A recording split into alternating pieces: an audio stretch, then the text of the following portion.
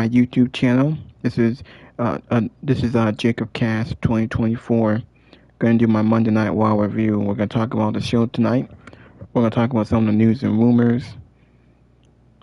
Thank you for watching. Thank you for all the support. Hit that like button. Leave a comment. Please subscribe to my channel. This will be an hour and 10 minutes while I make the live stream. We're going to talk about Monday Night Raw. While I talk about wrestling, we'll be playing NBA 2K26, my career on the PS5. I'll be playing that while I talk about this, and I'll show some of the podcasters and YouTubers. My video is sponsored by my favorite podcasters. Solomon the Sound Off, Fightful Pro Wrestling, JD from New York, Anthony Salcedo, and other podcasters I know of. Now we will talk about some news about, Tom Brady coming to WWE, Bailey gone from WWE.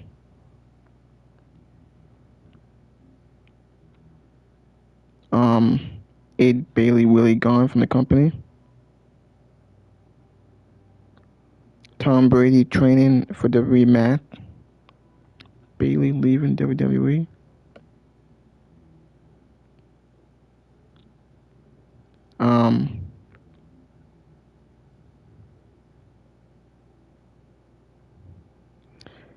Well, there's not much to really talk about on here.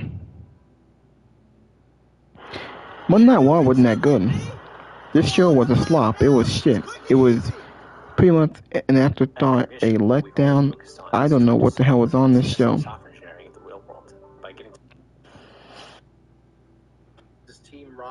I might be able to go through some of the math and the segment. So Sikoa and Mason offered to Seth Rollins. Rollins will kick off the show. I don't think he actually didn't. Chad Gable segment, Jacob Fox 2 versus LA Knight. No Brock Lesnar, no Roman Reigns.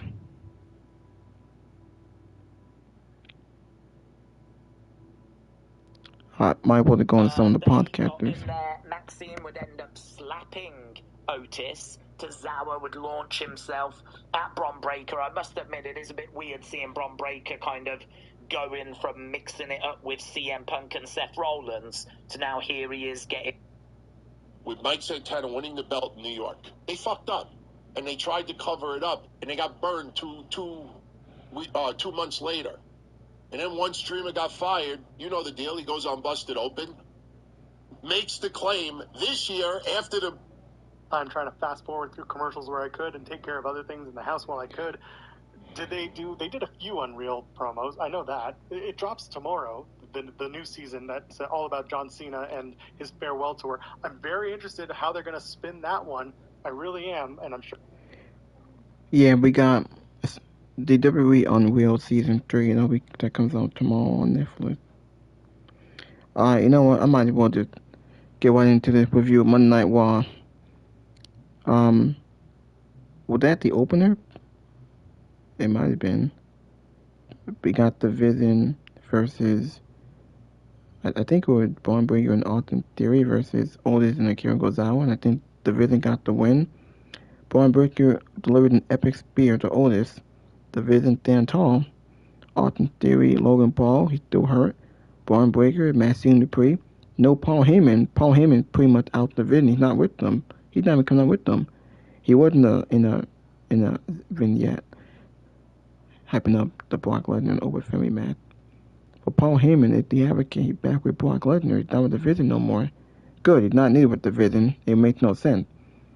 That means he's not with Braun Breaker. Braun Breaker pretty much a lackey, like an afterthought. He pretty much been brought down because he's in a tag team. He's tag team champion with Austin Theory. That's a shame. He's not in the singles. He's not going to have a world championship. This is what they're doing with Braun Breaker. Bronson Reed, he's still hurt. Paul Heyman back with Otis. Now we know that Rollins ain't feuding with the Vision. The Vision is a good. Danny might want to break him up. Anyway, they stood tall. They took down the Alpha Academy. Akira Tozawa and Otis. Danhausen cursed brings Henry to a match with Judgment Day, I think. Joe Henry and Dominic.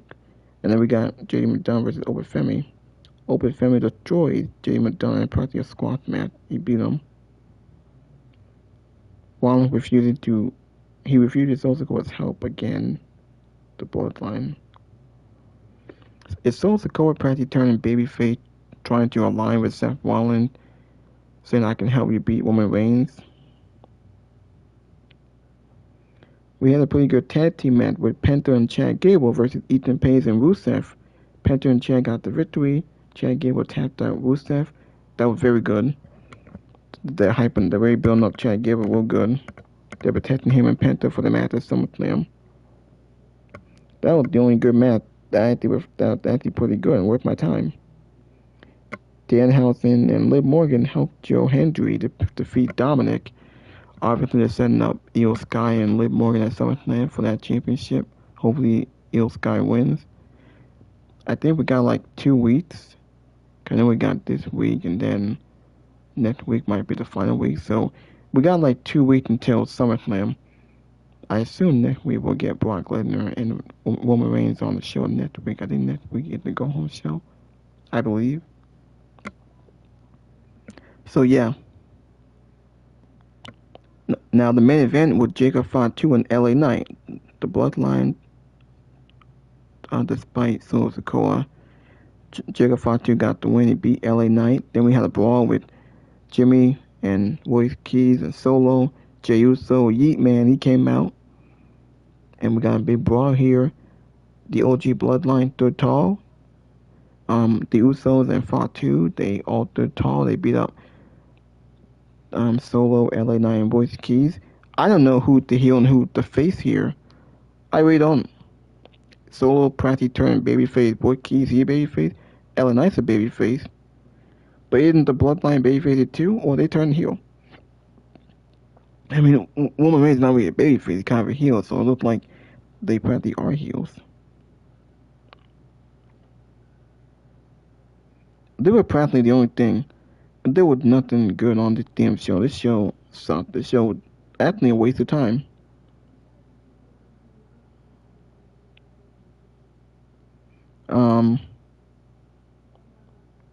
Now as for WWE Unreal Season 3, won the episode, CM Punk's emotional in-ring moment. Big Cass is returning and he ain't Saw or Swift or something. Big Cass made shocking return. He'll be coming back real soon. What's in the briefcase that they took from Danhausen? They said it was fake money. Danhausen Kurt brings Henry to rescue against Judgment Day.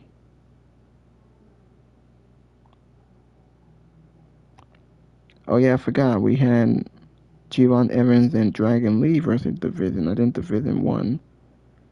And that's when we saw Otis and Akira Gonzalez got involved. Trying to help him out, but they got their asses beat. Too much Judgment Day, Danhausen, and a terrible show. Yep, a terrible show. Man, you thought that the Bloodline, you thought that there's too much Bloodline, there's too much Judgment Day. They were in 7 tonight. Same thing with Division. Man, this show it just sucked. I just don't understand it, man. I really don't.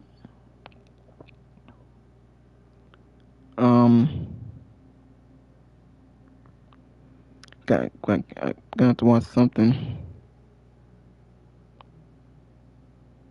Maybe watch some of the news and rumors for Solomon.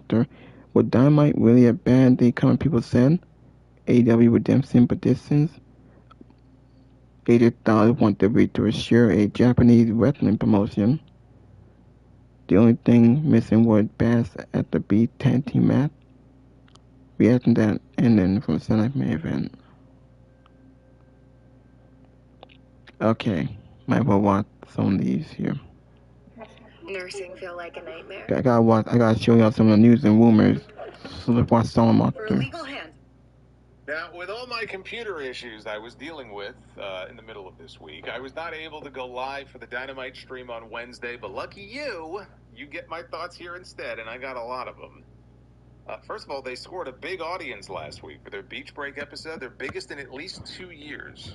And they topped that for this week's show, so people obviously like what they saw. This was a poor follow-up to that, but also not as bad as some people made it out to be. I mean, to hear some people talk about it, this was the worst Dynamite of the year, this was the worst Dynamite in years. To me, it was not as good as Beach Break, but it wasn't terrible either. It was a pretty middle-of-the-road show. But at least when it was over, we actually had a Punch you redemption in the card. face. I was more offended by that. We had basically nothing announced for redemption. And it's good that we have a card now because we are, we're a week out. We are now a week out from today. Coming into this episode on Wednesday, they had one match announced. That was it. Now we have, was it 7? If you have people, I think we have 7 or 8. People not 8 just matches celebrating. announced. People are condoning murder. There was no MJF on this show on Wednesday, so it looks like he's clearly not even going to be on the redemption card. More mind-boggling to me, though, not even so much as a mention of the fact that Hangman Adam Page, a 2-time AEW World Champion, making his return to Collision last Saturday. And they showed highlights from Collision on this episode of other things that happened. Hikaru Shida beating Harley Cameron, Mark Davis beating Speedball Mike Bailey. They never even mentioned Hangman being back after 4 months away. Even his return itself last Saturday was never promoted on Dynamite. It came in a tweet from Tony Khan a day or two before the show. Now, they mentioned him on Collision last night, but to not even mention something big like that on this show on Wednesday or show highlights, that is inexcusable. I have no words for that. Actually, no, I do have. Stupid, dumb, idiotic. Those are some of the words that come to mind. Now, they opened the show with Jon Moxley giving Will Ospreay a pep talk, but the key line here was telling him there will come a time where you have to make a difficult decision, and when that time comes, do not hesitate to pull the trigger no matter who the target is. So in other words, now that could have a double meaning, right? That could have to do with the match with Omega at All In. I know you're friends with him and you respect him, but again, you may have to pull the trigger, and if you want to win the world title, you're going to have to make a decision. Or there's going to come a time where Jon Moxley turns against him, and Ospreay is going to have to fuck him up, and that's going to be the end of him and the Death Riders. I think we all know it's coming. We just don't know when, right? Does it happen at All In? Does it happen at Redemption? Because there's a new tag team match that's been announced. They're going to be wrestling the Young Bucks. Does it happen at All In? Does it happen after All In? I'll say after. And I think Moxley is going to end up being Ospreay's first challenger for the title. Adam Copeland and Christian Cage, they defended their AEW tag team titles against Daniel Garcia and Wheeler Yuta. And we have new tag team I'm just fucking with you. I mean, give me a fucking break. No, they had them beat the Death Riders C team to set up a title match for Redemption with the Death Riders B team in Claudio Castagnoli and Pac, because they want to save that Young Bucks match probably for Wembley. So this gives them a team to beat in the meantime. Andrade El Idolo, he got the predictable win over Jake Doyle to claim his shot at Mark Davis in the national title at Redemption. So that was our second match made official for that show. Before the match in the back with Renee, Andrade said that he's making it his mission to beat every member of the Don Callis family and take every title from them before eventually winning the AEW World Championship, which means that Andrade will not be winning the AEW World title for another 2.5 years, given the rate of new members that we have with the Callis family. I don't know how the hell we all so damn He's already knocked off Brian Cage and Jake Doyle, so only 18 more to go. Then we had the Kenny Omega World Championship celebration, coming off of his big win at Beach Break over MJF. This included the Young Bucks coming out to take the beige MJF belt from him. Am I the only one who thinks it's kind of ridiculous? You listen to the announcers, and they're shitting all over the beige belt or calling it ugly or whatever they said about it. I actually think it's a pretty damn good looking belt. There ain't nothing wrong with the belt. I mean, you could shit on MJF if you want to, but them talking about the belt, you would think like, man, nobody wants to touch that thing. Even when he had the American title, and they kind of got rid of the international title for a while, it was a good looking belt. There's nothing wrong with the physical belt. But the Bucks were there, and they presented him instead with the traditional black AEW World Championship, which, outside of the IWGP belt, this is still the second most gorgeous belt in all of pro wrestling right now, is the AEW World title. They definitely got it right with that belt. Now, I heard Dave Meltzer say that he thought that this was the best U.S. promo of Kenny Omega's career. If that is the case, what a sad commentary on the man's promo ability. If this is his best U.S. promo of his career. I thought he was fine, but this was hardly anything memorable from him on the microphone. He's not a great promo to begin with. He's really not that great. But it's been so long, he says, I can't even quote the actual number of days since I last held this championship, but he credits his friends and family and the fans, because without them, he would have given up on himself a long time ago. But here we are, less than 50 days until Wembley Stadium. As much as I would like to say that I'm ready, I've got work to do. And in 50 days, you're going to see the best version of Kenny Omega in AEW. So Will Ospreay interrupts, and he asks the Bucks if he and Kenny could have the ring to themselves. And Ospreay says it was very important that Omega believed in himself, bruv. And he was here to see Omega wrestle 25 minutes in that heat last week, never giving up on himself, bruv. Ospreay thought Omega was done after taking a belt shot, bruv. But then he kicked out at 1, bruv. Says the cleaner is back, the best bout machine is back, bruv. But for 10 years, Omega has been his hero and his inspiration, and he can only say, thank you, bruv. Every time he steps in the ring with him, thank you. When Ospreay thinks of AEW, he thinks of Kenny Omega. It's all he's ever wanted was to be a fraction of what Omega is, but he's not satisfied of being second. Every week, they'll be out here showing everybody why they're in the position they're in at Wembley Stadium, main event, AEW World Title. Let's show them that this is where the best wrestle. And this is all fine and good for now, but this is going to get very old. We're still getting these types of promos 3 weeks from now. So if they're going to do babyface against babyface, I hope that they have a good plan to make things more interesting going into it, other than simply it's where the best wrestle. Later in the show, by the way, in the back, Jon Moxley told Kenny Omega, some people are who they are and can't pretend to be anything else, even if they try. If Moxley is going to plant ideas in Ospreay's head about Omega, while Omega is trying to convince Ospreay that the Death Riders are not his friends, that could be the catalyst for some tension between the two of them. That would be probably the best direction they could take, I think. That could turn out to be pretty interesting. But the interruptions were not done yet, because here comes the TNT champion, the Jet, Kevin Knight, who tells Ospreay he's got things to talk about champion to champion. And Omega said Ospreay can stay, and so he hung back in the corner, and Knight said, I'm still owed a title shot courtesy of Maxwell Jacob Fraudman. Says Omega is a god, but what's a god to a non-believer? And he issued a challenge for redemption to a world championship match, to which the crowd began chanting, no! Now look, I get he's a heel, but that's just hilarious to me. I would have been chanting the same thing, but for a very different reason. As in, no, there has to be a better match that you can come up with for the main event of this brand new pay-per-view that you're doing. Omega said Knight is trying to hold him accountable for a promise that MJF made. And I noticed something here. As he was talking in supposedly the best U.S. promo of his career, I noticed something that was kind of peculiar, which is that Kenny Omega cannot say the name Maxwell. Did you notice this? I thought he just flubbed his name the first time he said it, like he misspoke. But then he kept saying it the same way, over and over, like another 3 or 4 times. Instead of saying Maxwell, it sounded like he kept calling him Maxib, or like Maxib.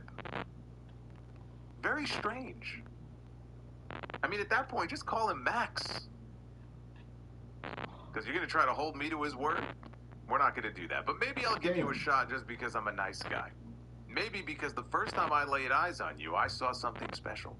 Someone who looked the part. Someone who was faster than everybody else and jumped higher. Someone who was hungry. But that's where it ended. Because Knight went and aligned himself with Don Callis. And Omega said he'd be a hypocrite if he told everyone that he never believed in what Don Callis was selling. Because the last time he was world champion was thanks to Don Callis. It was during the coronavirus outbreak when no one was able to show up to celebrate, but he realized even if they could show up, they would not have. He didn't deserve for them to. And he told Knight, you don't need Don Callis. You could do this on your own.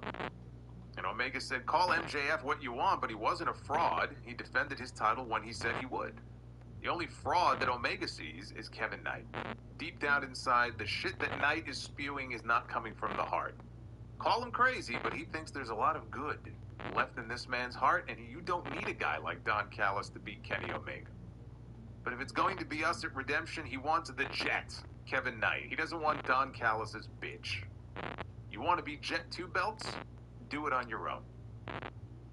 And Knight said, well, one thing that you're wrong about, there's no goodness left in my heart, only greatness. And he smashed Kenny in the head with the microphone. Ospreay flew in for the hidden blade, but Knight ducked it and he bailed up the ramp.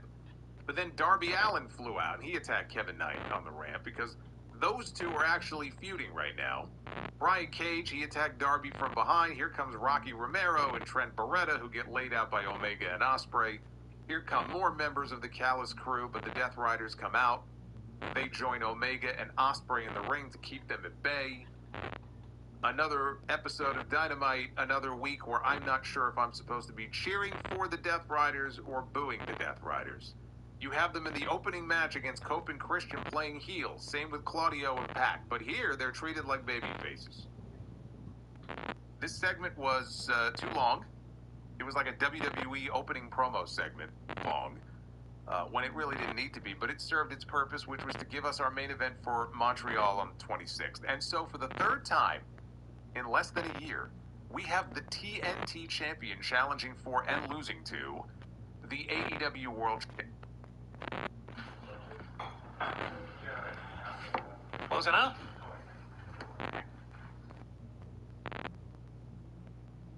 Fronting him and up. He's putting all the make week, and that's another match that's been bandied about for years, right? It's going to be Danhausen one-on-one with Dominic. Odyssey is almost 3 hours long, and somehow that felt shorter than this show did. This show, watching it, actually felt longer, and the show went off the air 15 minutes early tonight. That's the kind of Monday Night Raw that we got here to follow up Saturday night's main event. We had no Roman Reigns, who needed time to recover after 25 minutes of aura farming in Madison Square Garden the other night. So he was not on the show tonight. Brock Lesnar was not on the show tonight. They're both going to be on the show next week, because next week is the go-home Raw before SummerSlam. So we're going to have one last face-to-face between Roman Reigns and Seth Rollins, and then we're going to have a weigh-in between Brock Lesnar and Obafemi. That's going to be on the show next week. No.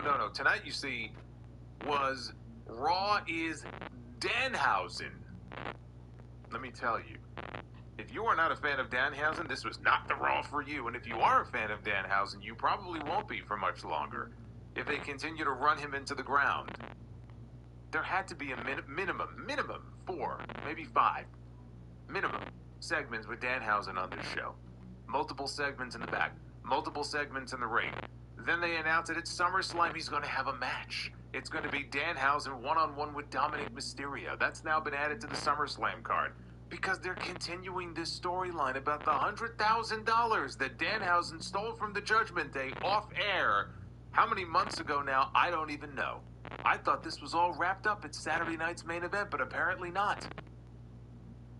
So we had the 4 or 5 segments with him tonight, plus everything that happened on Saturday.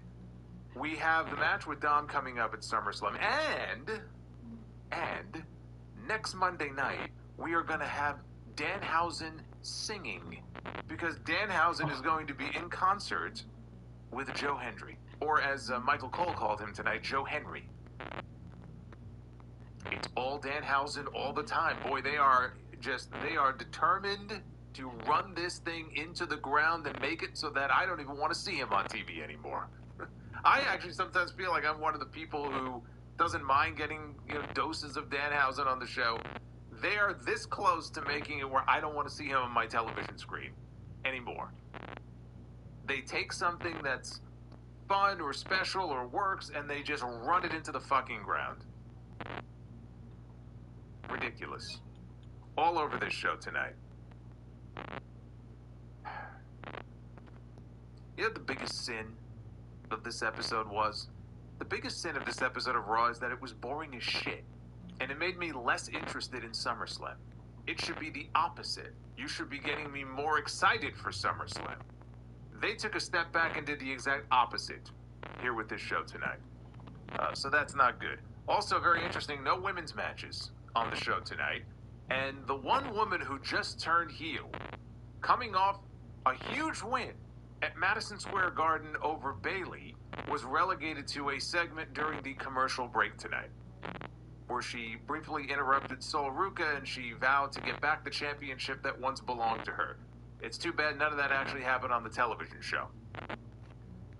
Outside of that, we had Maxine Dupree. She was doing her thing with the Vision. She's the new leader of the Vision. Paul Heyman is not with the Vision anymore, clearly. And we also had Liv Morgan in her new role of manager, because that's basically what she is at this point. Let's just call her what she is. Liv Morgan is a manager on the show. She's a valet. She's Dom's better half. She walks around with the Women's Championship, but she hasn't defended it since April. So can you really call her a champion if she never defends her title? And that was the extent to which we had, any female presence on the show tonight, because the women's division on Raw is pretty much in shambles right now. I was saying this about SmackDown only a few months ago. So it's very interesting how the script has flipped to where now the division on this show is in tatters, and SmackDown, I can't say SmackDown is all that much better, but SmackDown at least is a little bit better than it was earlier in the year. And of course, on a very phoned-in episode of Raw, how did it end? It ended with the Bloodline minus Roman Reigns, who was not there, throwing up the ones in the air. Stop me if you've heard this before. If it feels like I'm describing a rerun of the show, there's very good reason for that, because that's what Raw feels like on most weeks. Very much so. And LA Knight lost in the main event. LA Knight lost to the Bloodline. I forgot to mention that little part there. It really does feel like Raw is just in rerun mode on most weeks. It's just awful. And so the cherry on the shit Sunday, in case you couldn't tell from the title of this stream, on top of all of that, we have TMZ now reporting that Tom Brady, Super Bowl champion Tom Brady, is in talks. He's in negotiations. He's having deep conversations with WWE. About what? They didn't specify. Although he's been going back and forth now for a while with Logan Paul. They had their little slap fest at Fanatics Fest the other day. They were both at the World Cup game on Sunday, flipping each other off. It feels like they're building to a match. Something between him and Logan Paul, which nobody with a brain is asking for. But that's kind of what it feels like right now. There is really no scenario in which Tom Brady is brought in to do anything with WWE that I would consider good. All of this is just bad. Not shocking, though, when you consider that Tom Brady is repped by WME Group. And WME Group is, of course, owned and operated by Endeavor, i.e. Ari Emanuel. So, of course, we get that synergy going again. It's the Pat McAfee thing all over again. This is your Monday Night Raw review. It is July 20th, 2026. I'm Solomonster. Thank you for being with me here on a Monday night. We got how many Tom Terrific fans do we have here in the chat? Are you excited? Are you excited to see Tom Brady grace your screens? I mean, you already have him doing the announcing on Fox NFL Sunday. Are you interested in seeing Tom Brady in a WWE ring? Whether it's as a wrestler, he may not even wrestle. I mean, the guy's 48 years old. He's never wrestled before. As a referee or in someone's corner. Are you excited to see Tom Brady grace your TV screens? Maybe they could do stuff with Tom Brady and Dan. Maybe Danhausen could put a curse on Tom Brady and make him go away. Maybe we could use Danhausen for good instead of for evil. Like and subscribe. Super chats are open. Get them on in. Let me know how excited you are at the prospect of Tom Brady being on WWE television. Yes, send him to NXT. I like that idea. That's a good idea. Actually, Nick Aldis is going to be wrestling Gunther at SummerSlam. And I would presume that coming out of SummerSlam, he'll be back to his, general manager position on SmackDown. If they needed a new GM on SmackDown, we may end up with Tom Brady as the general manager of the Friday night show. Wouldn't that be something? We will try to entertain ourselves here on these streets. I say it every week, and I hear it from you guys too, where some of you don't even watch Raw. Some of you have literally dropped off watching any of the television shows, and you just tune in to streams and podcasts like this one, or maybe just this one, and if you do, I appreciate that. Because the shows are just so fucking boring. You'll get a good one here and there, but then you get a show like this, and it just... I kind of sit back in awe. Like when I was putting the preview together for this show, I like to at least list out what the matches are that have already been announced. Maybe not all of them have been announced, but they give us 3 or 4. And I went to go through the preview for this show tonight, and I was stunned at the fact that there was nothing. There was nothing. They announced that Seth Rollins was going to open the show, which he didn't. They announced that this person will be here. This person will be here. This person will be here. That was it. That was the preview. I'm like, what the fuck am I supposed to do with that? What kind of preview is this? You're supposed to get people excited to watch this television show. Where is the excitement? The excitement is gone. The excitement is not there. So we will try to entertain ourselves. Go ahead and hit that like button. I'm going to bring up the wheel right now. Me spinning this wheel will be more exciting than all 2 hours plus of Monday Night Raw tonight. And I'm not even exaggerating when I say that. See? Aren't you having fun? I know I am. 550. Well, we may not be having fun at the end if we don't hit 550. To be the booker, we're at 230-something likes. So 550 likes is the goal, though. Just out of the corner of my eye, we are very close to the bonus goal already, and we're just starting. 7 out of 10. So we may be getting Be the Booker one way or the other. But go ahead and hit that like button. You guys know what to do. Thank you again. For those of you also who hung out with me on Saturday night, after Saturday night's main event, and tuned into the latest episode of the Solemn Monster Sounds Off on Sunday, episode 972, with my Dark Side of the Ring review of the finale of the trilogy of Jeff Jarrett and TNA Wrestling. It was more fun actually going through all of the awful LOL TNA moments from the Hogan Bischoff era than it was watching this episode of Monday Night Raw. We're in the second quarter. It was very entertaining. Super Not in the best way, but it was very entertaining. And you know what sucks? The show opened tonight with promise, because we got something very unusual for Monday Night Raw. We opened with a wrestling match. I was stunned. We went right into the action. We had the World Tag Team Champions. It was Austin Theory and Braun Breaker. Non-title. Taking on the random team of Javon Evans and Dragon Lee, brought together by a mutual respect coming out of what I thought was a hell of a sprint in the gauntlet match last week that the two of them had, so they were tag team partners this week. Why not? Why not? They don't have a tag team division, so you may as well. I can actually that's not a bad team. I don't know why I told Javon and Dragon Lee actually make a pretty good team. Maybe that could become a thing. So Evans, he jumped Breaker before the bell even rang, took him out with a dive to the floor. Braun, though, got a measure of revenge. A little while later, he blind tagged into the match, took Javon down with a suplex. Logan Paul was outside the ring. He was running distraction, and after that, Dragon Lee got caught coming off the top by Breaker, who planted him with a power slam, and that took us into an ad break. Later on, Evans, he dumped Breaker over the timekeeper's barricade. And then Javon decided to do a circle around the entire ring, and he built up a head of steam, and he did a big dive over the timekeeper's barricade onto Breaker, almost killed himself in doing so. Back inside, Maxine Dupree reaches in, she trips up Dragon Lee. That allowed Breaker to drop him with a clothesline.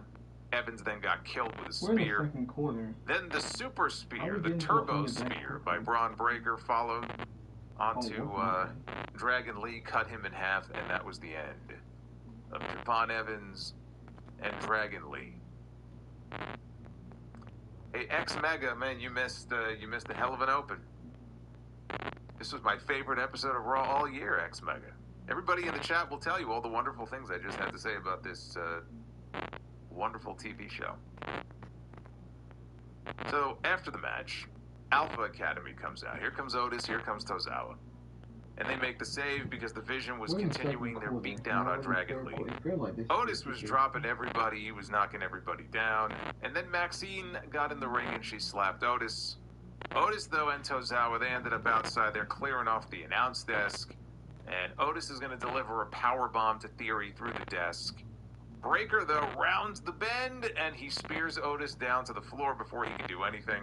Back inside, Theory took out Tozawa with, I'm assuming, might be his new finishing move. It's basically a discus forearm that got no reaction. And Breaker then cut down Otis with the super spear, and Maxine looked on with a smile on her face. Paul Heyman was not on the show. He was probably backstage, but he was not on the show tonight outside of a pre-taped video package for the Brock and Oba match.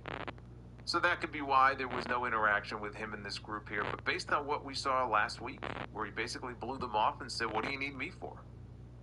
You got her. She may well be the new leading face of the Vision here. The Vision is now, here's the thing, the Vision is now built around Austin Theory and Maxine Dupree.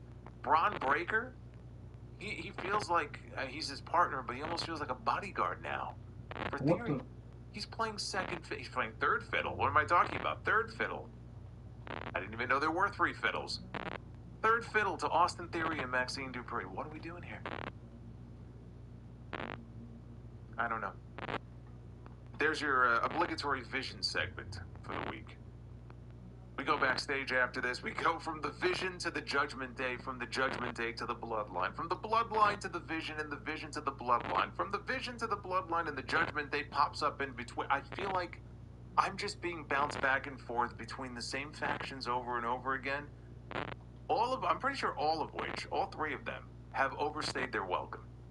There is not a single group on this show that should still be together. Not one. And then what do we have on SmackDown? I don't even remember offhand. Do we have any factions on SmackDown? Who do we have on SmackDown? Why do we still have the Judgment Day and the Bloodline running Monday Night Raw? Can somebody explain this to me? Why is this still a thing? Somebody had an idea on the stream the other night. I don't think it's going to happen. But it really intrigued me. Where Sami Zayn, justice for Sami. Sami's been screwed multiple times now. And Drew McIntyre's been missing for a while. Kevin Owens has been out for a long time. What if the three of them came together as like a faction of guys who all share a common interest or have been screwed over in various ways? And I thought about it and I said, yeah, it's not going to happen, but that would be intriguing. That would be an intriguing group. Sami Zayn, Kevin Owens, and Drew McIntyre coming together. At least that would be something different, and they're brought together by a common cause. Instead, we get the same groups over and over again. Fatal Influence, that's the big group on SmackDown. Okay then. Oh, the baddies. That's right. The baddies. Amazing. Backstage, the Judgment Day had Danhausen up against the wall. Like a bully in high school, holding the kid up against the wall for his lunch money. And they want their money, but they want their $100,000. And I'm listening to this and I'm like, are you fucking kidding me? Did I not just watch the blow-off to this on Saturday? You had Danhausen against J.D. McDonough, again, over all this money. And they have their match at Madison Square Garden. We had the New York Knicks, right? Cats. Karl Anthony Towns comes in and helps Danhausen win. And all the mini-Hausens are running around like a bunch of gremlins with the paint on their face and everything. And I'm like, okay, well, this story is over. This was the big payoff to the story. It was building to Madison Square Garden, right? And then the first Raw coming out of Saturday, the Judgment Day has Danhausen up against the wall, and they still want their money. They're worse than a loan shark. Every week, where's my money? Where's my money? He told them, I gotta go find it. And Dom said, I'm gonna give you 30 seconds to go find it and bring it back. Danhausen runs off. They immediately cut to a 4-minute commercial break. That's a lot more than 30 seconds.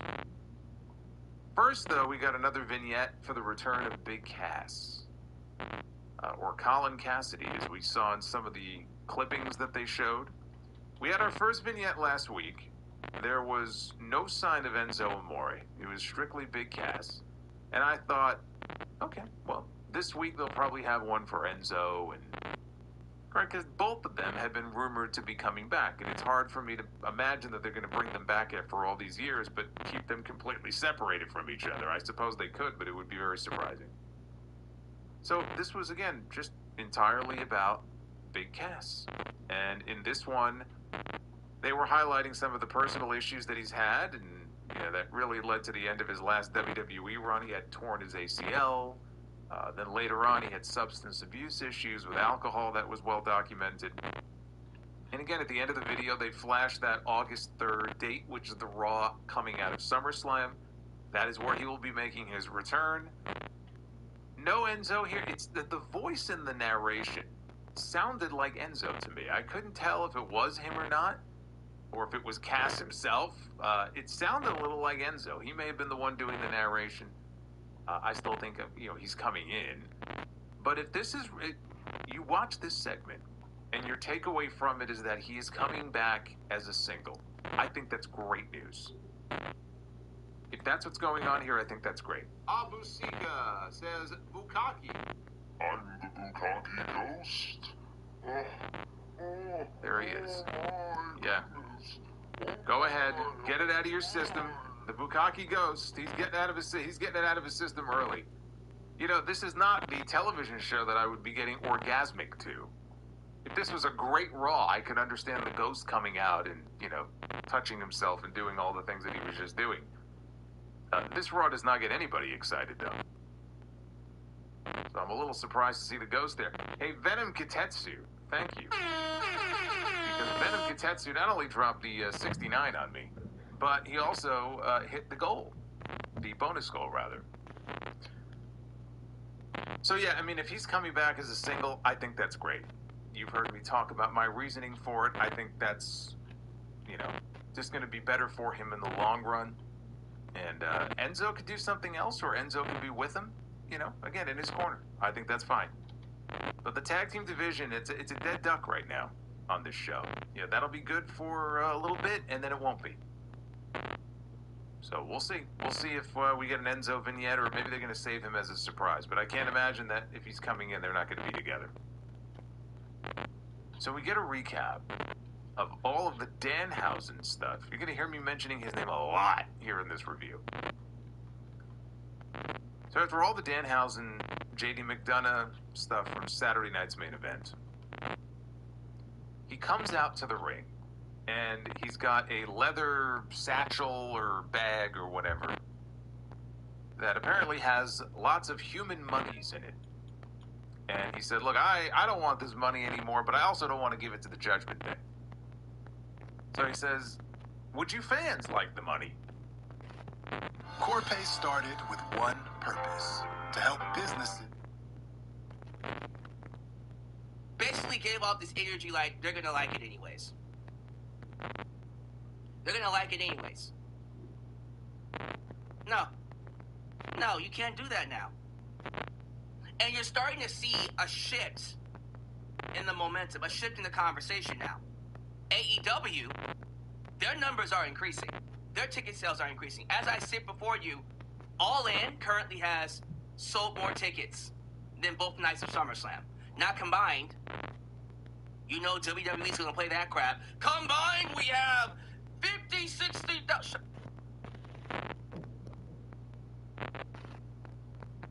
By Roman Reigns, bro, this shit. City after finishing at Madison Square Garden, and they almost forgot that they had a fucking show on Monday. They partied way too much, drank way too much, and then realized, oh man, we got work. We got a show on Monday, man. Bruce, what are we doing on Monday? They literally had one match thrown up on the .com, on WWE.com earlier today. Normally I go to .com to see what the lay of the land looks like for Monday Night Raw. There was one match up there, Jacob Fatu versus LA Knight. Who asked for that? Seriously, who asked for that? We saw that how many times? LA Knight's been feuding with the fucking Vision, he's been feuding with the fucking Bloodline. Brother, it's been going on for 2 years now. Shut the fuck up. Siri is talking to me. I'm ranting right now. Shut the fuck up. Why are you talking to me? Fucking bitch. Shut up. Fucking ridiculous. Nobody's even touching you. Oh my God.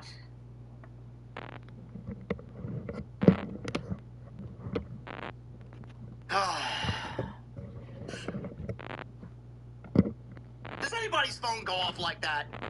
Seriously, if your phone is sitting right by, I swear to God I didn't touch my phone. I don't understand it. I don't understand it. Why does my phone go off?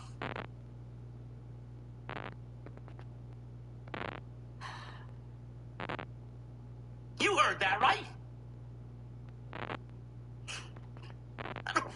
I don't understand it.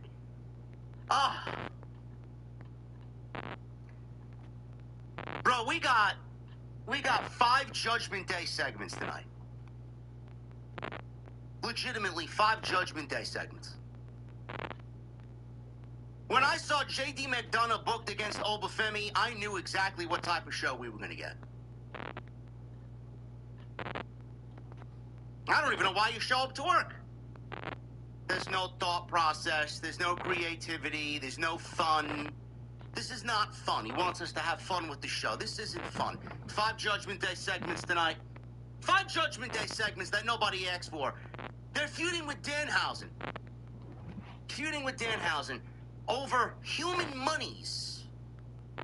Do you know what Triple H went and did on social media about an hour ago? He booked Danhausen versus Dominic Mysterio for human monies at SummerSlam. I guess they really need to keep up with the appearance of making the tickets for SummerSlam $25 now. That match ain't worth fucking $2. What are we doing here? We didn't get enough Danhausen on fucking Saturday? Why do we need 3 Danhausen segments on fucking Monday Night Raw? That's what I want to know. Doesn't this place know, in moderation, doesn't this place know that the guy is at least semi-digestible in small doses? 3 Danhausen segments, 5 Judgment Day segments for a group that's dead! They're dead! What is their purpose? Seriously, someone answer me this question. What is the Judgment Day's purpose? They don't serve any fucking purpose anymore. They haven't served a purpose since the days of Rhea Ripley and Damian Priest. Exactly. Here we are. Exactly. Here we are. I agree. Instead of building on Roxanne Perez or Raquel Rodriguez or, I don't know, the AAA mega champion in Dominic Mysterio, which begs the question, why is he the AAA mega champion if he's wrestling a fucking clown? SummerSlam weekend. You know, the Judgment Day used to make stars. Now they're just using the Judgment Day to force people to pick up their remote control and change the fucking channel. They used to make stars, legitimately. Now they make people leave their television screens. Another Monday night with no Roman Reigns. Roman Reigns cannot be bothered to show up to work, even in the middle of SummerSlam. Is anybody else over the Roman Reigns experiment with the World Heavyweight Championship? I regret even saying, all right, let's give him the championship, man. He's going to be back full-time. Bro, we went from full-time back to part-time in the span of 2 months. I'm over it. Yet there'll be bloodline cocksuckers and bloodline elitists on social media who are living and dying by Roman Reigns and every move that he makes. There are people online that knows what time he wakes up, what time he goes into the bathroom to take his fucking morning dump, what type of coffee he likes. I don't know why we need him as the world's heavyweight champion. The guy's a fucking waste. Legitimately a waste. I need a champion that's gonna be there every fucking week. As a viewer, I need a champion that's gonna be there every fucking week. Otherwise, you get what you get. Jacob Fatu, who's another fucking problem. In the main event with LA Knight. Boring! It wasn't good the last time we saw it. Then WWE expects us to expects us to get invested in the Bloodline versus LA Knight and Solo Sikoa and Royce Keys. First of all, I'd like to know who the fuck I'm cheering for. LA Knight comes out, starts off with a babyface promo. Then he's telling the fans that Roman has them all manipulated, but he doesn't blame them. Out comes Jacob Fatu. LA Knight does his catchphrases. Nah! And yeah! Gets the crowd chanting along, LA Knight, yeah! Jacob Fatu comes on out, they have a match. Solo Sikoa comes out there, helps LA Knight against Jacob Fatu.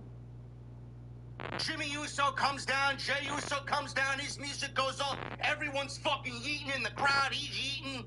Crowd's yeeting. See babyface? Are the Bloodline babyfaces? Is LA Knight a babyface? Are the Bloodline heels? Are the Bloodline heels being that LA Knight's a babyface? I don't know! MVP's right here. Yo, T-Man. What the fuck am I watching? What is it? It did, yeah. You expect me to sit here people don't and wanna... get invested in a fucking match at SummerSlam, and more than likely what will be the War Games match, you're looking at it 3 months fucking early. Who am I cheering for?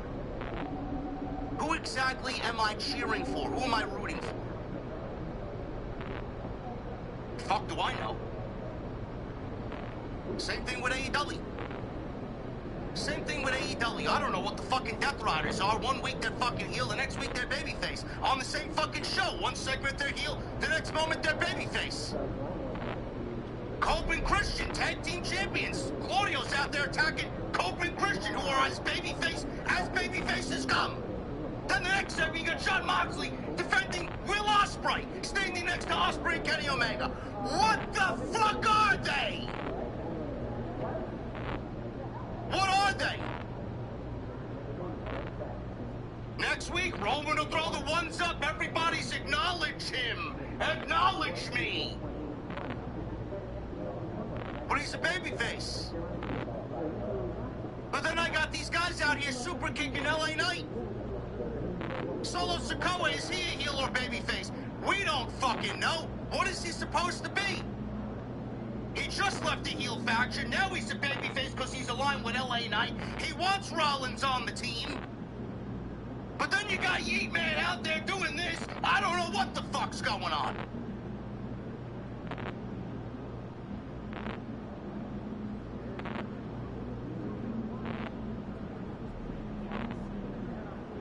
If Roman's not going to show up to work, I hope Rollins wins.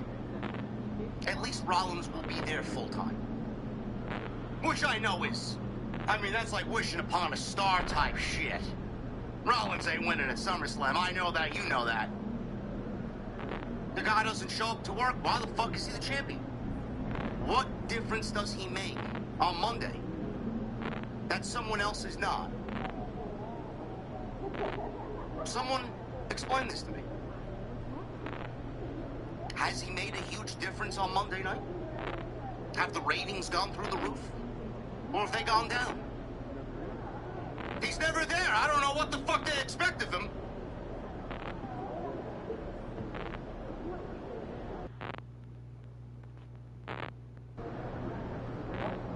All right, MP, this is it. Last Zero night of your women's All-Star matches video on this show. series. Last chance to make a big We got Liv impression Morgan going and against someone Io trying to take your Sky spot on the team. going at it in the Oh man, you trying to make me cry. match I with understand. Joe Henry. Now look, when people vote for All-Star, Joe Henry and Dominic Mysterio. Henry? Good, MP. Oh, but both Michael Cole and Corey Graves call him Joe Henry. Oh, it's Henry.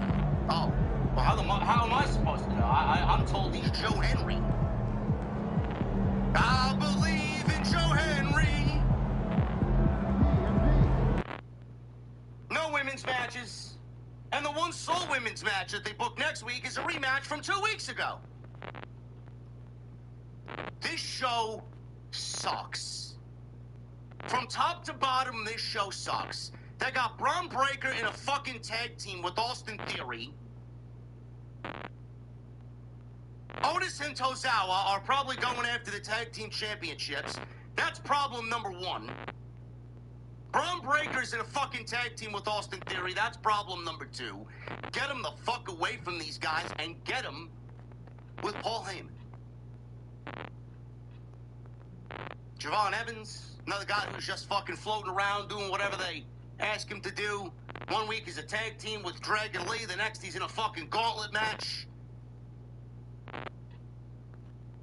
Danhausen's all over the show with fucking Danhausen money, fake money, human monies. Judgment Day angle's been going on for months now, all over fucking imaginary money. To a point where Triple H is slowly turning into Tony Khan. He booked a fucking match. He booked a money match at SummerSlam.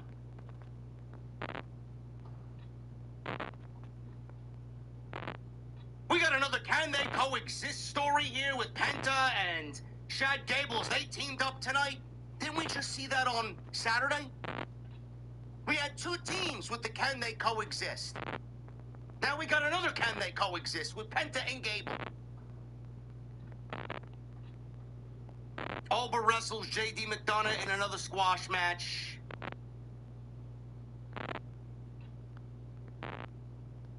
Bro, this show is in, I swear to God, man, this show is in dire, and I mean dire need of some change from top to bottom. This roster is fucking garbage. There's no tag team division. They don't even have enough women to give me matches that seem different on a week-to-week basis. We're running Sol Ruca and Raquel Rodriguez again next week. They just gave that to us 2 weeks ago. Liv Morgan hasn't defended her championship since WrestleMania. Io Sky won a Queen of the Ring and beat Liv Morgan, only to run the rematch back at SummerSlam. We didn't want to watch it then at Night of Champions. Now we're forced to watch it again. This roster is so weak that Danhausen got 3 fucking segments and the Judgment Day got 5 segments. It's a 17-segment show. Half of the segments on this show went to the Judgment Day, as if it's fucking 2022. And Danhausen.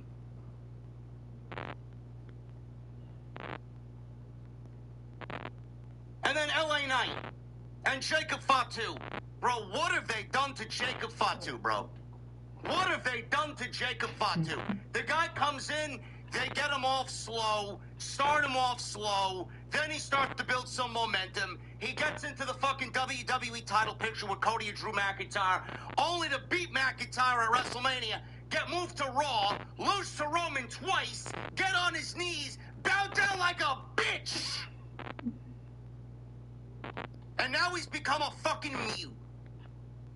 He's become a fucking mute in the bloodline. He don't even say words. And he's out there wrestling LA Knight. This show sucks. This show sucks. There's no tag team division. There's no women's division. Your world champion is missing from the fucking top of the show every fucking week. CM Punk moved over to Friday night. Cody's on Friday night. Man, oh man, they're raking in that Netflix money. They're doing whatever the fuck they want and partying all night. Gee, I wonder why SummerSlam tickets now are reduced to $25 a pop. It still ain't even worth going for $25. Not after this fucking show. And then the one thing I see every fucking time I tweet my displeasure about pro wrestling, whether it's WWE or AEW, oh, why don't you stop watching, JD? Why don't you just quit watching? You don't have to watch. Bro, what that means to me is that you're a fucking sheep. This is the new thing. You don't like something on television, you don't like this, you don't like that, well, don't watch. Don't watch, okay. That means, please stop talking negatively about the one thing that I love. It's the only thing I have in life, JD. No! No, I will not stop talking negatively about your garbage television show. It's too easy to make money off of you. All the heck, I got half of the fucking audience in here being fucking shadow watched by fucking people that don't even like me. Show sucks. WWE sucks. AEW sucks. Pro wrestling in 2026 sucks. Fucking garbage. Don't watch. How about produce good television so that we can all enjoy what we watch? Who's enjoying 8 segments between the Judgment Day and Danhausen? Are you enjoying it? Are you enjoying it? Oh, but the New York Knicks and this and Karl Anthony Towns and Jalen Brunson. Motherfucker, I'm not watching the NBA on fucking TNT. I'm watching World Wrestling Entertainment. If you're gonna show me the NBA on TNT, at least trot out Shaquille O'Neal and fucking Ernie Thomas. Or fucking Charles Barkley. One of them. Whatever his fucking name is. Oh, God.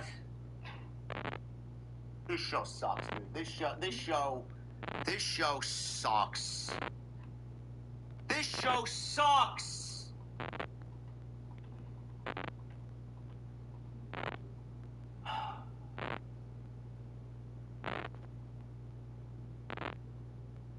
Ernie Johnson. Ernie Thomas. Oh, my God.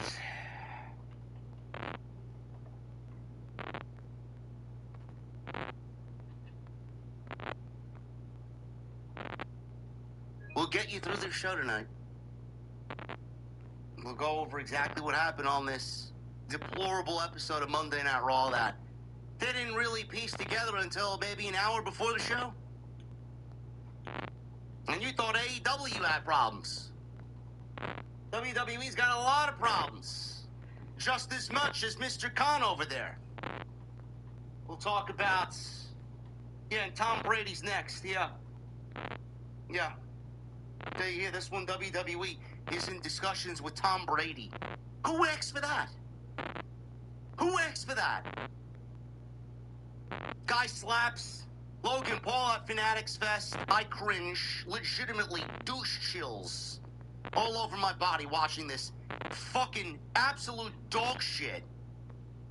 And then he's at the World Cup final, and Logan Paul's there giving Tom Brady a middle finger, and Tom Brady's giving him a middle finger right back.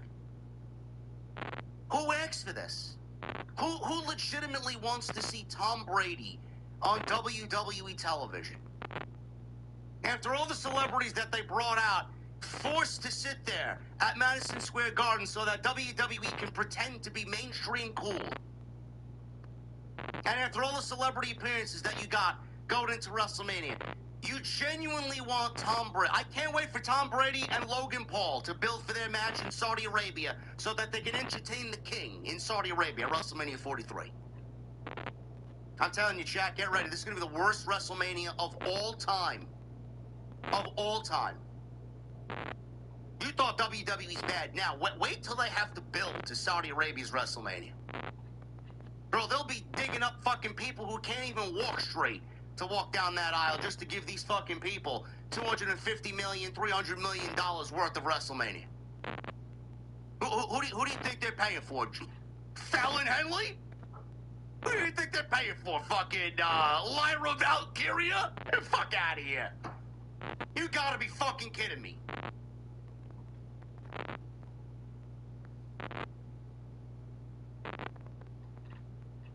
We'll get into this show tonight.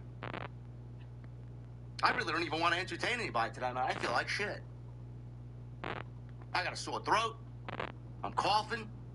Whatever I got's dripping into my throat. I got fucking shit coming out of my nose. Can't breathe. I can't sleep. They're gonna watch this fucking show, and honestly, this show made me feel 1,000 times worse than I already do. But I do it for you. I do it for you, because who else are you gonna watch? Fightful? Oh, man. Come on, man. Nobody watches them for fucking pro wrestling analysis, man. Get the fuck out of here. Blue Shoe Doc, makeshift tag team. I call them a tag team. And this is your tag team division. You know, this is what I expected with Javon Evans if per se, Leon Slater from TNA joined WWE. I think Javon Evans and Leon Slater would be a great fucking tag team, yet they could still do that and the singles thing at the same time. That's what I would do anyway. I don't know if Leon Slater is going to be on his way to WWE, but, you know, apparently he's wrestled his last days in TNA, so we'll see. He may stay with TNA. He may go to NXT. I don't know. But I know WWE is very interested. They got to get Braun Breaker out of this faction, man. They really do. This went 10 minutes, 7 minutes with a commercial. So we'll pick it up here towards the commercial break. Dragon Lee, leapt over Evans. He got a hot tag. Or he leapt to Evans, rather, not over Evans. How's he going to leap over his tag team partner? Leapt to get a hot tag over to Javon Evans. Theory, he gets hit with a stunner. Theory took a big bump and rolled to ringside. Evans then leapt onto Theory at ringside. Evans sidestepped a charging Braun Breaker and sent him into the timekeeper's area. He then leapt onto Breaker over the barricade, and Breaker nailed the hard floor on the opposite side pretty badly. I hope he's all right. So we go back in the ring. He lands a springboard crossbody onto Theory. He goes for a cover. He gets a 2 count. Dragon Lee then stomped on Theory's chest as he hung him upside down in a tree of woe. I was in a lot of woe watching this show. Logan Paul stood on the apron and he starts yelling at the referee. This gets the referee distracted. Maxine Dupree, who is wearing short leather tights, shorter by the week here, grabbed Dragon Lee's boot. Breaker then clotheslined Lee. Theory recovered and gave Lee a shoulder breaker. Evans broke up the cover at 2. Breaker speared Evans, and then he ran the ropes and speared Lee as Theory held him, leading up to a 3 count. 1, 2, 3. Braun Breaker ran the ropes like he was fucking running a marathon, and he speared Dragon Lee in half. 1, 2, 3. Afterward, the Vision attacked Lee and Evans. Otis and Tozawa came out, and they tried to get their revenge from last week on the Vision. Maxine slapped Otis when he got in the ring. Then she retreated to ringside. Otis splashed Braun Breaker and threw Theory into him. Then he splashed both in the corner, just like he did last week. Otis and Tozawa cleared the announce desk. Breaker ran around ringside and speared Otis down to the floor. Theory threw Tozawa into the ring, and they start beating him up.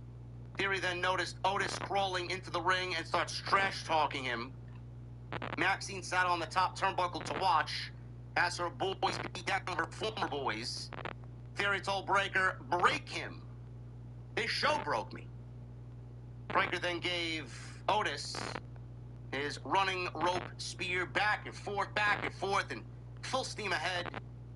He cuts Otis in half.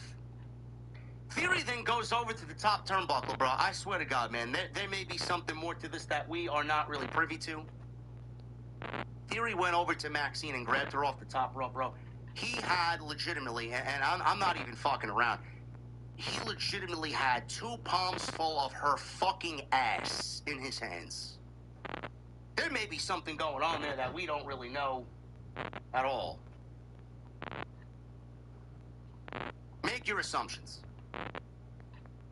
Or maybe they're just kind of leaning into the heel couple on Monday night here. I don't know. Anyway, this is clearly leading to a tag team match announcement. I'm assuming we're going to get one. Otis is from Minneapolis. It's a good babyface versus heel dynamic. Underdogs versus the schoolyard bullies in the Vision. Get Braun Breaker out of this group. Get Braun Breaker out of this group. We don't need him. Have them lose the titles to Otis and Tozawa. Have Breaker just fucking turn on Austin Theory. Bring back Bronson Reed. Feud Breaker with Bronson Reed. Have Breaker beat Reed and get him the fuck away from these guys and move him over to Friday night. He needs a move over to Friday night so fucking badly. So badly. I don't know. That would make him a babyface, though. Do we want Paul Heyman with babyface Braun Breaker, or does that even matter to you? I don't know. At least we started the show off with a match. A tag team title match. I don't know why, but a match nonetheless. So we go to the back, and Liv Morgan is with Dominic Mysterio and JD McDonough.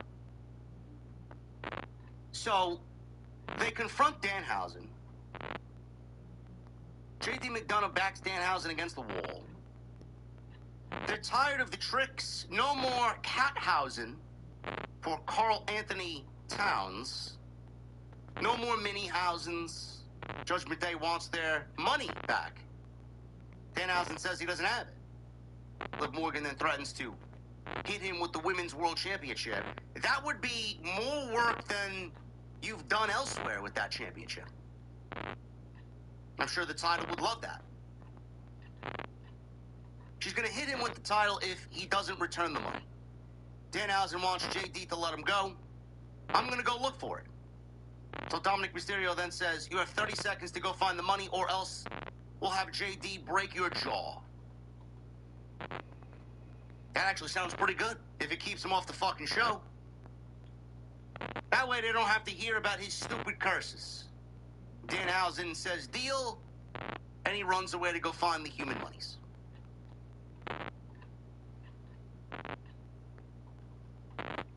The Judgment Day is being pushed more now than I think we've ever seen them. And none of it is good. Remember when this group used to make stars and actually made television decent? Now they're not making any stars, and they're involved with Danhausen. We got another big cast vignette. This week it was about redemption. Everybody decided that Big Cass was pushed way too hard, way too fast. You saw some news headlines and some reports from different sources and different sites claiming that Big Cass had demons and drug problems and a downfall because of personal issues. So this is going to be a comeback story of Big Cass. And if you guys have followed Big Cass in his career, that is what led to him leaving WWE, getting right, getting his health right first, getting his mind right first, then going back to pro wrestling, getting himself in the best shape of his life, landing with AEW. They didn't really do much with him over there. He did work a little bit with Chris Jericho. Stayed there for as long as he did, and now he's back. So this is basically his redemption story. But the thing is, it was all Big Cass for a second week in a row. All Big Cass. And they're letting you know it's Big Cass because you see his face, and you see his name in the headlines, and you see his silhouette. And it says 8-3. And that is the Monday Night Raw after SummerSlam. But there is no Enzo. There's no sign of Enzo. There's no talk of Enzo. There's no picture or silhouette of Enzo. And there was a rumor that WWE might want to bring Enzo back and pair Enzo and Cass back together as a tag team. That may still be on. I don't know why. It would be very odd if you bring Big Cass back and not Enzo. And let's be honest, Enzo deserves another chance as well. And for all the people out there, oh, this guy and fuck this guy in regards to Enzo. Well, these people could fucking jump into a lake and never be seen again. Fuck them. Enzo deserves another shot. 100%. The guy got fucking railroaded. No evidence at all bullshit, all made up. Judge threw it out, no sufficient evidence whatsoever on what they claimed he did. And he had to live in fucking silence and in the shadows with a company terminating him because of this situation. Now, they probably would have terminated him anyway because apparently he was a headache backstage. But this is a different Enzo. This is an Enzo now that's 10 years more mature. We all change as human beings. We all change. Some of us don't. I think Enzo's changed.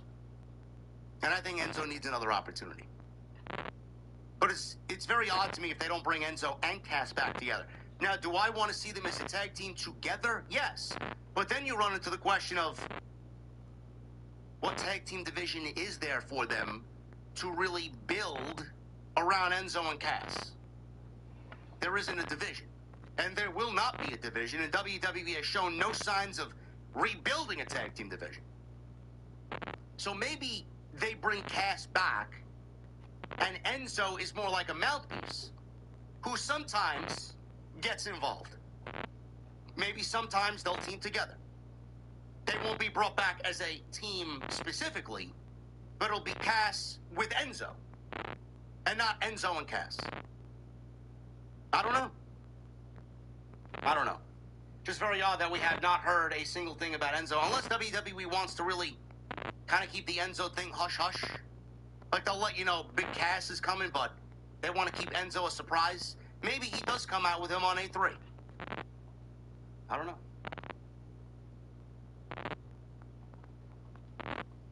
The Street Profits have disappeared. Dark One, I believe Bianca Belair is about due. And I think WWE gave the Profits time off so that they could go be with their wives. I think Angelo Dawkins' wife is also pregnant too. So they'll be gone for a little bit. They're not going to be as gone. They're not going to be as absent as Bianca Belair. Bianca Belair, I don't think, is coming back at all this year, period. I can't see her coming back until Rumble, maybe even pushing it. I can't see Bianca coming back until maybe after WrestleMania next year. We'll get Naomi back. I'm predicting Naomi will be back in the Rumble. But I feel like the Profits will be back in due time. So 8-3 for Big Cass. Danhausen. We are cursed! That's what we were tonight. Hello, Detroit-hausen! It is I, Danhausen. We know. And you know, Danhausen thought he took care of the Judgment Day at Saturday night's main event. However, they seem to still want their human monies back, and this is causing quite a problem for Danhausen. So, I don't want it, but I don't want the Judgment Day to have it. So how about we give it to the Fanhausens? So he was going to give the human monies to the fans in Detroit. Who wants some human monies? JD McDonough comes out. No. Give us back our money, says Dominic. There's not one person in this scumbag town that is going to see $1 of the Judgment Day's money, says McDonough. Give us back our money. I just have one thing to say, says Danhausen. You are cursed! And he runs away. Judgment Day caught him, though. They prevent him from running out of the ring. Judgment Day are putting the boots to Danhausen, beating him up in the ring. Liv Morgan repeatedly slaps Danhausen in the face. Joe Henry... Hendry. But Michael Cole continues to say Henry. What is with him calling him Joe Henry? It is Joe Hendry. Hendry. Hendry. Hendry. Hendry. Oh my goodness, look at this fucking guy. You guys are fucking ridiculous tonight, man. What the fuck? Look at this fucking guy. Look at this guy a fucking creep. Look at...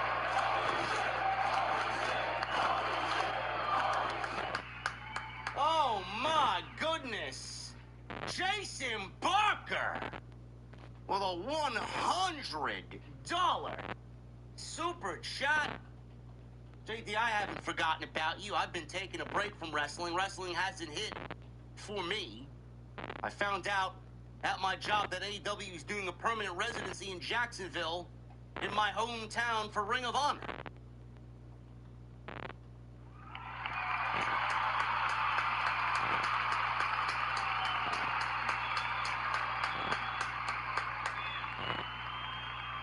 First of all, Jason, thank you, brother.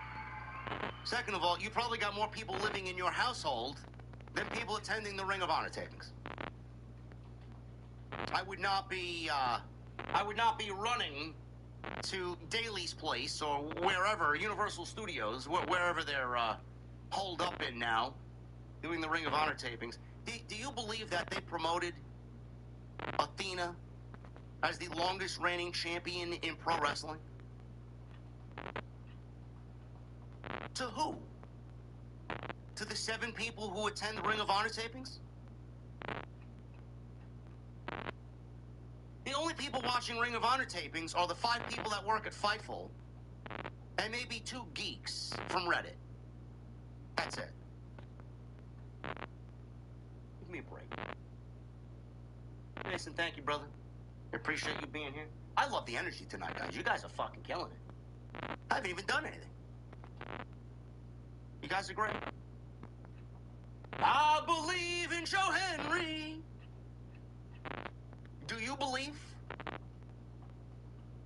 So he comes on out. Hendry dumps McDonough from the ring. He then clotheslines. He ducks a clothesline from McDonough. He then hits McDonough with a fallaway slam. Hendry clotheslines Mysterio out of the ring, and Liv Morgan runs off with a bag of money. Or what she thinks is the bag of money. Who knows what's in there? It could be Monopoly money. It could be nothing at all. It could be some weird creature that Danhausen experimented on in his laboratory. It could be explosive like Darby Allin. I don't know. WWE's got these weird chapters, these little mini episodic stories going on with Roman Reigns and Seth Rollins. Roman Reigns is too busy to show up to work so that he could attend fancy dinners in New York City. And he could attend the World Cup final in New Jersey. He can't show up for Monday Night Raw in Detroit, though. So, we got these weird mini episodic stories building Roman Reigns and Seth Rollins for SummerSlam. Does WWE genuinely think this is enough to get us excited about Roman Reigns and Seth Rollins now for the... I have to look up how many times they've wrestled. Give me a second. Seth Rollins, I gotta look at Tony Khan's favorite website. This is cagematch.net. Let's go to matches. Let's type in Roman and see how many times they've wrestled one-on-one. There's a lot. Oh my God, there's a lot. Bro, we gotta go all the way back to 2017. We gotta go all the way back to 2017 when they teamed together. 1, 2... There's a lot here. Wow, you gotta go. Oh, holy shit, man. There are so many. It's a lot. It's legitimately a lot. So much that my eyes are bugging out. Well, let's see. How many times have Roman Reigns and Seth Rollins wrestled in one-on-one matches? Let's see. Maybe Google AI, maybe Gemini can tell us 10 times. Roman Reigns and Seth Rollins have wrestled each other exactly 10 times in televised and non-televised matches. Actually, 10 times in televised matches and notable one-on-one matches throughout their careers. 10 times. Does WWE really expect us to get interested in Roman Reigns and Seth Rollins for an 11th time? Through mini episodic stories that they're telling throughout Raw? Why don't you just jumble this up into one big 6 or 7 minute video package, put some really kick-ass music over it that really embodies Seth Rollins and Roman Reigns, and just call it a day? Or how about this? Maybe have Roman Reigns show up to work and develop a story out of it. That would also work as well.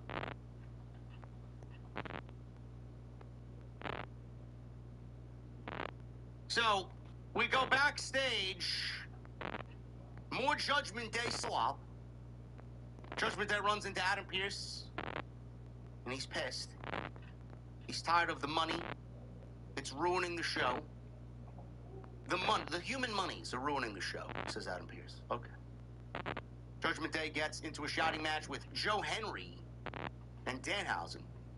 J.D. McDonough starts pulling out fake money from the bag of human monies, apparently, that Danhausen gave him. It was fake money. It was Danhausen money. It had money with Danhausen's face on it. So J.D. McDonough starts pulling fake money out. He says that Danhausen better be scared. He throws the bag behind him. What he doesn't realize is that when he threw the bag, he hit Obafemi.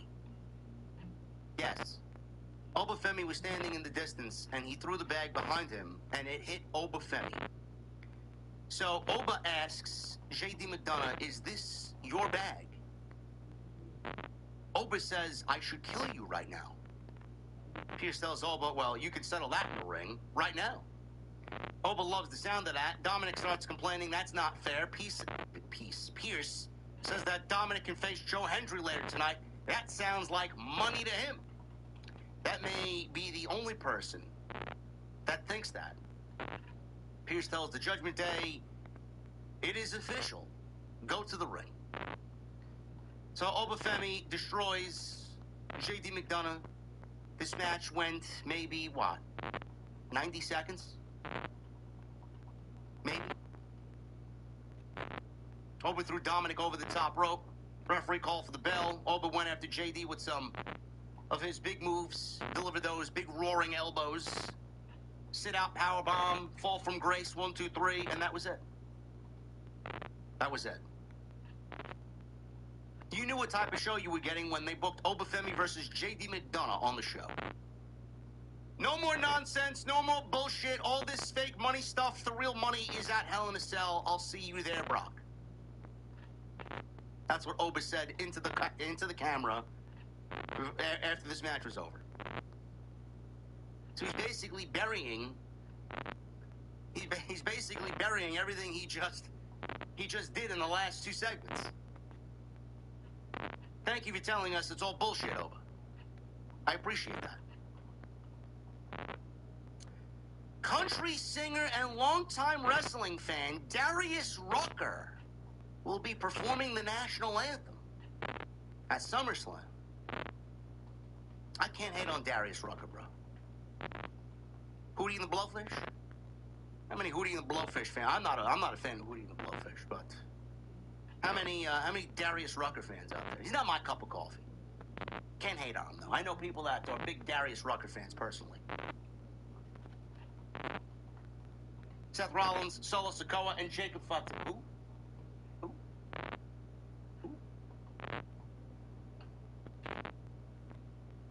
You guys really asking who? For Darius Rucker? Oh my goodness, man.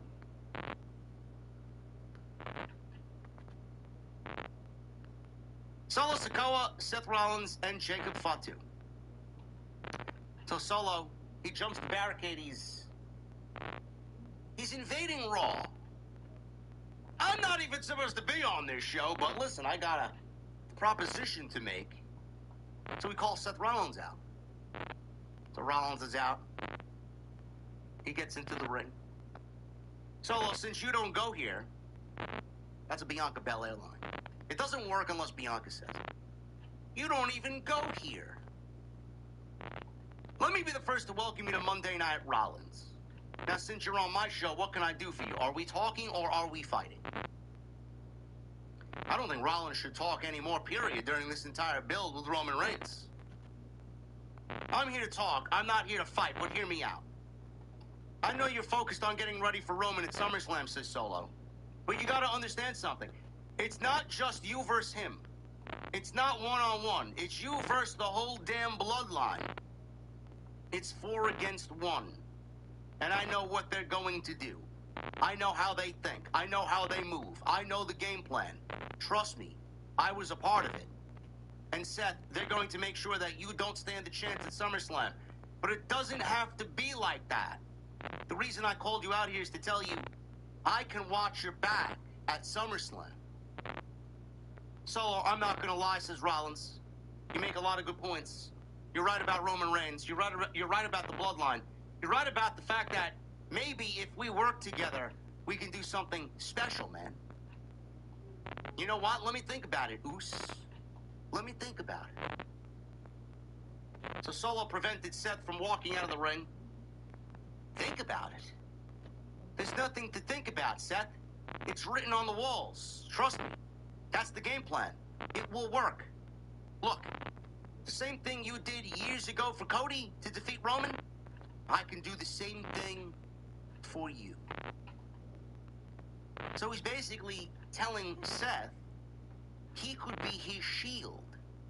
Just like Seth told Cody, I am going to be your shield against Roman and the bloodline. The only thing is, this is nowhere near being the same thing. And nowhere near being as important as Rollins' role in Cody's story. I appreciate the effort, though. I appreciate the effort. Jacob Fatu marched down to the ring. Solo left to leave the ringside area. So he's out here telling Rollins, I'm going to be your shield. Yet when Jacob Fatu shows face, he immediately leaves the fucking ring. Is that someone that you would want to trust, chat? I know that's not somebody I want to trust. He just told me, I'll back you up. He's already proved that he can't be trusted. Solo decided to leave. Jacob says that Solo knows what he's got to do. Rollins super kicks Jacob Fatu down, and the segment comes to an end. Are you interested in Solo Sikoa teaming with Seth Rollins? I don't know who is. All I know is that you're slowly seeing WWE piece together what the War Games match is going to be in Houston. And I'm not pleased. The same shit every fucking year. It's the bloodline with a mixture of, in this case, whether they're baby faces or fucking just a conglomeration of tweeners. Are any of them interesting to you?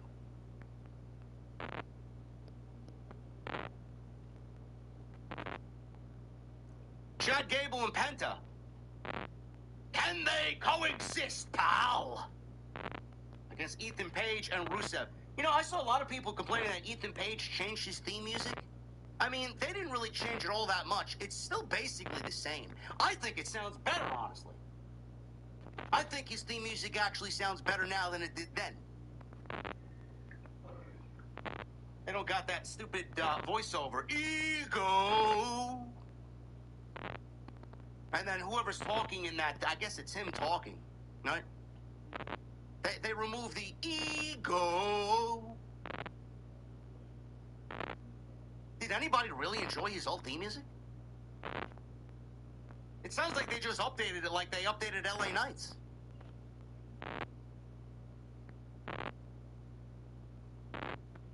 We got Chad Gable and Penta out there, you know, Gable! He does the chat, he does the clap, right?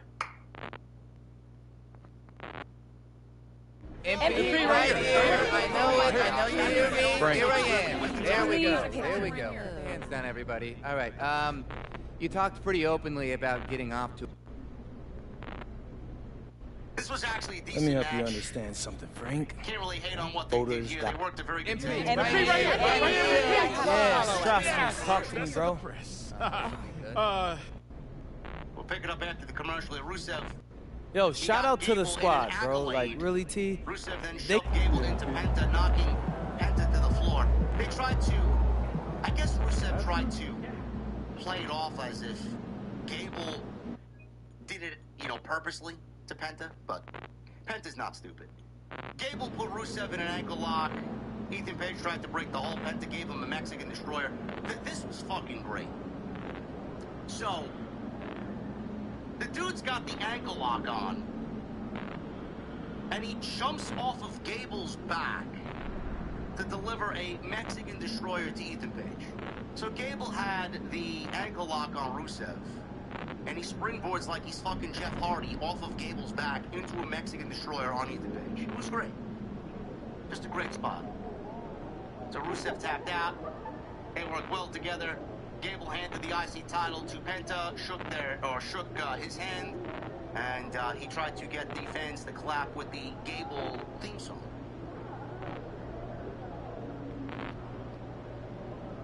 I say give those guys 20 minutes at SummerSlam and close your fucking eyes and just let them go to work. Seriously. You know, Penta was in the news lately, and it's not for good reason. Neon? Who?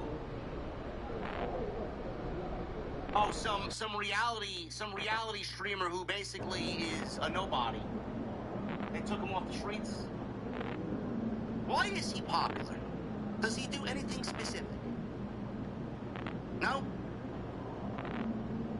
Apparently there was a streaming mishap at Fanatics Fest. Penta was in an uncomfortable spot, and Neon was involved in it, and he has since apologized. During the Fanatics Fest, Kick streamer Neon was broadcasting live when his camera caught Penta backstage without his mask on. Now, obviously, in Lucha Libre, you guys should know this, a masked wrestler's identity is closely guarded. And Penta has kept his face covered throughout his career. He approached Neon, explained that he wears a mask, and asked that the footage be deleted. Neon agreed, because the broadcast was live, however, viewers already seen it, and then pulled it and clipped it, and now it lives forever online. So, an event official later told Neon that filming was not permitted in the backstage area, and he was barred from WWE's booth for the second day of Fanatics Fest. He maintained that he did not post the clip himself. Neon still attended Saturday night's main event at Madison Square Garden on July 18th, and they even featured him on camera. They showed him on the broadcast among the other celebrities in attendance. I don't think we should really publicly announce that Neon is a celebrity. He's not. While streaming from the show, he said he had already apologized to Penta privately and then addressed it publicly, framing it as simply a miscommunication. I just want to apologize. It's a clear misunderstanding. They told me that he could take the mask off in that area, and they told me I could stream in that area. It just flashed. It was never my intention. There was no intent behind it. I would never do that on purpose. I'm sorry. This is what happens when you invite people who are absolutely the most egregious, clickbait, engagement farmers on the internet, who care nothing about what they're doing as long as they're chasing a viewership and a click from what they're doing. They don't give a shit. This is also what happens when you invite people who don't respect the art. fucking ridiculous. Violence with Obafemi and Brock Lesnar. You know, Drew McIntyre got busted open pretty fucking badly. So did CM Punk inside that Hell in a Cell match a couple years ago. Do you think that there'll be that same amount of blood or more blood in this match? I can't see WWE doing the blood thing. I can't.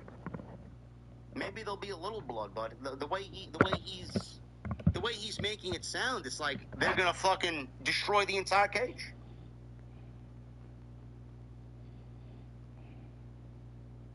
We'll see.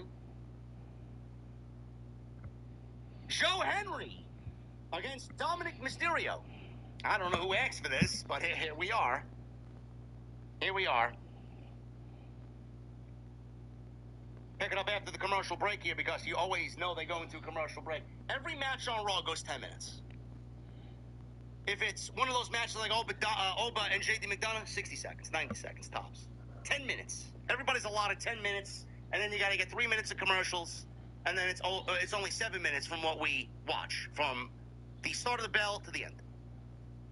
Main event may go a little bit longer, maybe 12, 13, and there'll be 2 commercial breaks because, you know, they got to take their 2 commercial breaks in the main event.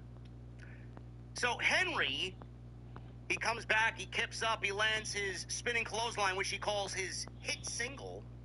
Well, I will just end the video. Until that time, hit that like button, leave a comment, please subscribe to my channel. Thank you for watching, thank you for all the support. I'll be back with more. Until next time, I'll see y'all later.